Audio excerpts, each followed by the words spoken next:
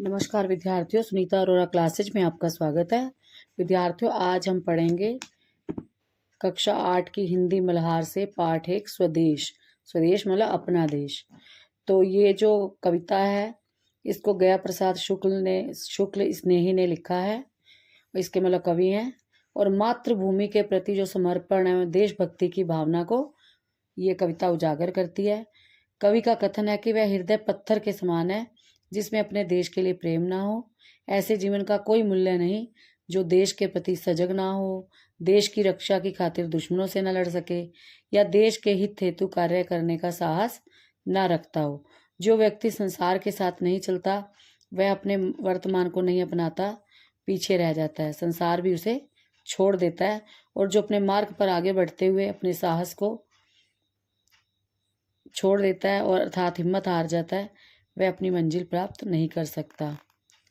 तो ये देश भक्ति की भावना से ओतप्रोत कविता है जो कि गया प्रसाद शुक्ल स्नेही ने लिखी है।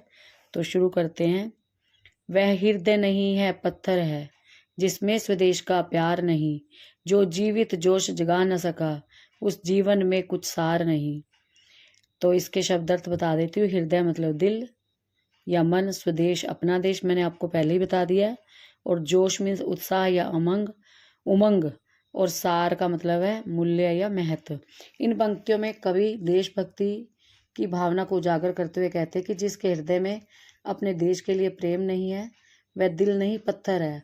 और अगर कोई अपने जीवन में अपने देश के लिए, स्वदेश के लिए जोश नहीं जगा पाया तो उसका जीवन व्यर्थ है, बेकार है, अर्थात जीवन का कोई मतलब नहीं है। अगला पढ़ लेते हैं। जो चल न सका संसार संग उसका होता संसार नहीं, जिसने साहस को छोड़ दिया वह पहुंच सकेगा पार नहीं। चल ना सका मतलब जुड़ नहीं सका, संसार संग मतलब यहाँ पर कवि का भाव है स्वदेश के साथ, साहस वीरता या बहादुरी, और पार का मतलब लक्ष्य या सफलता।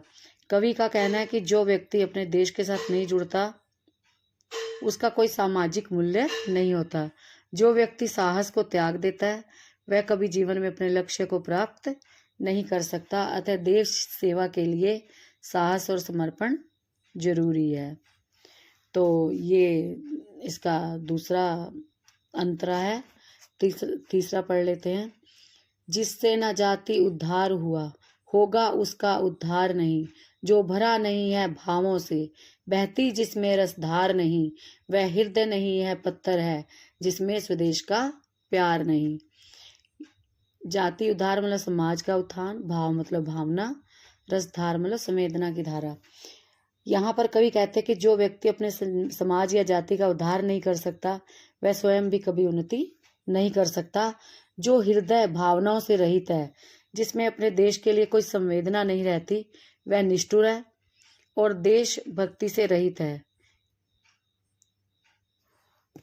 जिसमें संवेदना नहीं बहती, वह निष्ठुर है। और देशभक्ति जैसी कोमल भावना उसमें नहीं हो सकती, वह हृदय पत्थर के समान है जिसमें स्वदेश के प्रति प्रेम ना हो। अगला पढ़ लेते हैं। जिसकी मिट्टी में उगे बड़े पाया जिसमें दाना पानी, माता पिता बंधु जिसमें हैं जिसके राजा रानी। दाना पानी भोजन और पानी, बंधु भाई या बंधुत्व। और कवि जो है अपनी मातृभूमि की महिमा का वर्णन करते हुए कहते हैं कि हम जिस मिट्टी में जन्मे हैं, जिस मिट्टी में हमने जन्म लिया है, जिस पर हम पले बड़े हैं और जिससे अन्न जल पाया है, जहाँ हमारे माता पिता और परिवार रहते हैं, वही हमारा सच्चा देश है। उस देश की संस्कृति, उस देश का कल्चर भी हमारा ही है, अर्थात संस्कृति अपनी है। और हम उस देश के राजा रानी, अर्थात सबका इस पर समान अधिकार है, ये देश सबका है। अगला पढ़ लेते हैं। जिसने की खजाने खोले हैं, नवरत्न दिए हैं लासानी, जिस पर ज्ञानी भी मरते हैं, जिस पर दुनिया है दीवानी। तो लासानी मतलब अनुपम, जिसका कोई सानी ना हो, ज्ञानी मतलब विद्वान, और दीवानी मतलब आकर्षित होना, मोहित होना। कवि कहते हैं कि हमारा देश ऐसा है जिसने दुनिया को महान खजाने दिए हैं, जिसकी महानता ऐसी है कि सारी दुनिया के ज्ञानी तक इस देश की प्रशंसा करते हैं। विश्व भर में हमारी मातृभूमि की पहचान है। उस पर है नहीं पसीजा जो, क्या है वह भूखा भार नहीं। निश्चित है निसंशय निश्चित है जान एक दिन जाने को। आकर्षित मतलब जुड़ा हुआ भाव, पसीजा मतलब आकर्षित जुड़ा हुआ भाव, भू मीन्स पृथ्वी, निसंशय मीन्स बिना संदेह के।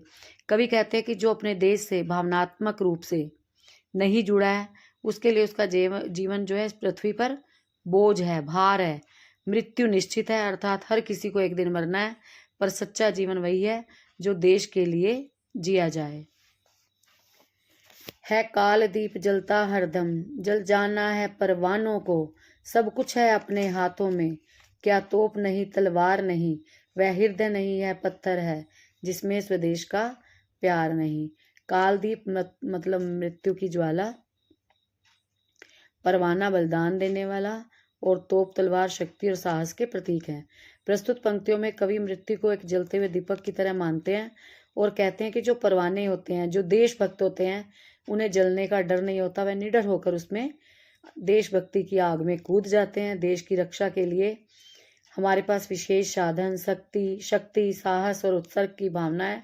इसलिए हमें निडरता से स्वयं को देश के प्रति समर्पित करने से घबराना नहीं चाहिए। जो मनुष्य अपने हृदय में देश के प्रति प्रेम की भावना नहीं रखता, संवेदना नहीं रखता, देश प्रेम नहीं रखता, उसका जीवन व्यर्थ है।